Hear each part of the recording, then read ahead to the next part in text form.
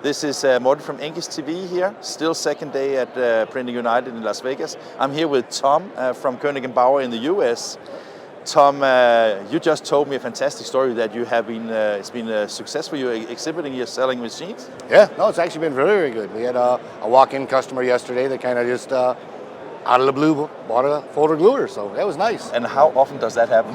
First time ever. Yeah, for sure. So you should put an extra bell and an extra sign up somewhere, right? Yeah, or an extra beer in the evening or something. Something like that, something to celebrate. Yep, exactly. Yeah. So Tom, you're responsible for both corrugated, but also for the post finishing equipment from Koenig Bauer, right? That is correct. Yep. I was in Radeborg some months ago, and again I saw some of your fantastic finishing equipment based on the 106 platform, basically, right? So that's the rotary die cutter. Yeah, Cut Pro X. Yeah, precisely. It's a fully integrated blanking system with Precisely, a rotary. Yeah, it's a really nice machine. Yeah. Is that also something that you're responsible for? It is. Yeah. Yep. So pretty much anything that's cut, folded, glued, or corrugated now, that's what falls under my responsibilities.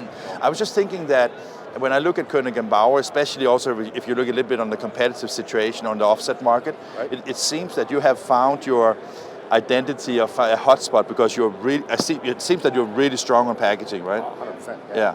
And it seems like that you also have a really positive energy because, I mean, if you look at, you have both the digital side, you have the analog side, you have the finishing side. I mean, it seems that all the things you're doing is doing things that are right. Is that something you also see from your perspective? Or? Oh, for sure. We like to say, if it can be print, cut, folded, or glued, we make it. You know, I don't think there's a substrate we can't print on.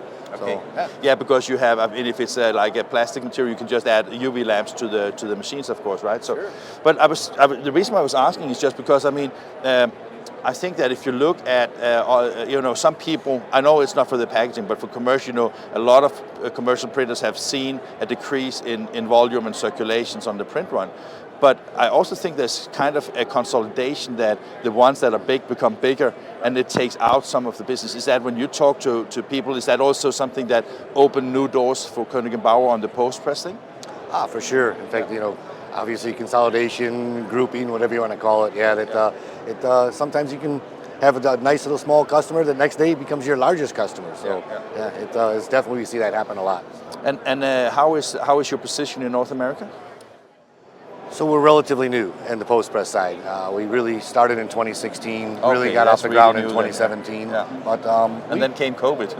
But COVID helped. Okay, believe it or helped not. you. It definitely did. Between e-commerce and then there's people shopping at home and eating at home. So yeah, that definitely did help. I mean, we're currently experiencing backlogs and factory overloads left and right. So. But more generally speaking about the market, I mean, I realize that you're new in the market for this one, but is it a difficult market to break into, or? Yes, I mean, truthfully speaking, there's always been one dominant single source supplier for most post-press, and we are certainly putting a bit of a ding in them for sure. So And is it? I mean, sometimes when you have like, I'm not saying a monopoly, but when you have like a major player in the market and you come in as a disruptor, you either have to do it on being aggressive on pricing, or you have to be really innovative on your technology. Where do you see Koenig Bauer in that relation? Innovative for sure. Pricing is pricing, but innovation is key for sure. And Koenig Bauer, I mean, we're an engineering manufacturer, and we do a very, very good job. So.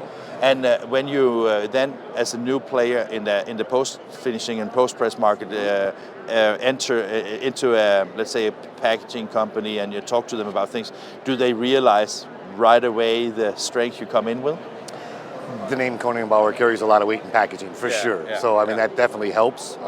If I was just a small little individual company that decided to make a folder gluer, I don't think we would have the same success we have under the umbrella of Koenig Bauer. So the name of Koenig Bauer and also having a legacy on the offset side, of course, gives you a lot of strength entering. But I was just thinking, because I spoke to one person I interviewed some time ago from a packaging company, and said that, okay, you have different levels of conservatism when you talk about different segments in the industry, and maybe packaging is one of the most conservative parts of the industry. And I was just thinking that if you have equipment that, let's say it works, and you have a relationship with a vendor that you have, it takes really a big effort to get in there, right? It does. I mean, even though the name Koenig Bauer is, synonymous with packaging, it's still, you're the new kid on the block regardless. So.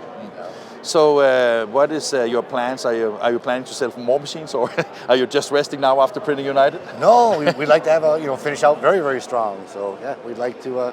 So far, it's been the best year ever in post press. So okay. I think we have 18 assets on back order right now, which is just incredible. Yeah, that's nice. Yeah. Congratulations, Tom. Morton, awesome. Good Thank you to see much. you. Thank you. Have a great day.